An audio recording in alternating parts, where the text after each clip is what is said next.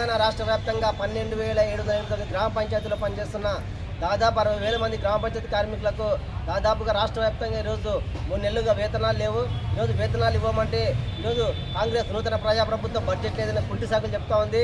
మేము అధికారంలోకి వస్తే ప్రతి నెల 1వ తేదీ వేతనాలు చెల్లిస్తామన్న కాంగ్రెస్ నూతన ప్రజాప్రభుత్వం ఈరోజు 3 నెలలుగా కార్మికులకు వేతనాలు ఇవ్వకపోతే కార్మికులు ఏ విధంగా జీవిస్తారని మేము సిఐటి గ్రామ పంచాయతీ వర్కర్స్గా ఈరోజు ప్రశ్నిస్తూ ఉన్నాం. ఈరోజు గ్రామీణ ప్రాంతాల్లో ఈరోజు పరిసరాలను శుభ్రంగా ఉంచి ఈరోజు మురికి కాలువలు అదేవిధంగా అనేక రకాల పనులు చేస్తున్న గ్రామ పంచాయతీ కార్మికులకు వేతనాలు ఇవ్వడంలో ఈరోజు అధికారులు ఎందుకు నిర్లక్ష్యం వహిస్తున్నారని మేము సందర్భంగా ప్రశ్నిస్తున్నాం.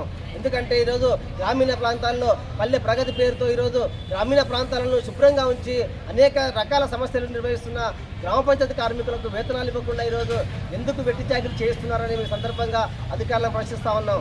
కేవలం ఈరోజు ప్రభుత్వం మాత్రం బడ్జెట్ లేదు, అధికారుల జీతాలకే ఈరోజు సరిపోతుంది, ఎవరికి జీతాలు ఇస్తున్నారని మేము సందర్భంగా ప్రశ్నిస్తున్నాం. రాష్ట్ర ప్రభుత్వ ఉద్యోగులకు జీతాలు ఇవ్వడంగా వాళ్ళకి ఇస్తూ ఈరోజు కాంట్రాక్టర్ కింద పనిచేస్తున్న కింది స్థాయి కార్మికులకు కూడా వేతనాలు ఇవ్వాలి, కానీ అందరికీ మేము జీతాలు చెల్లిస్తామంటున్నాం. కానీ కింది స్థాయి కార్మికులకు అనేక రంగాల కార్మికులకు ఈరోజు వేతనాలు ఇవ్వకుండా 3 నెలలుగా పెండింగ్లో వస్తున్న పరిస్థితి కనిపిస్తూ ఉంది.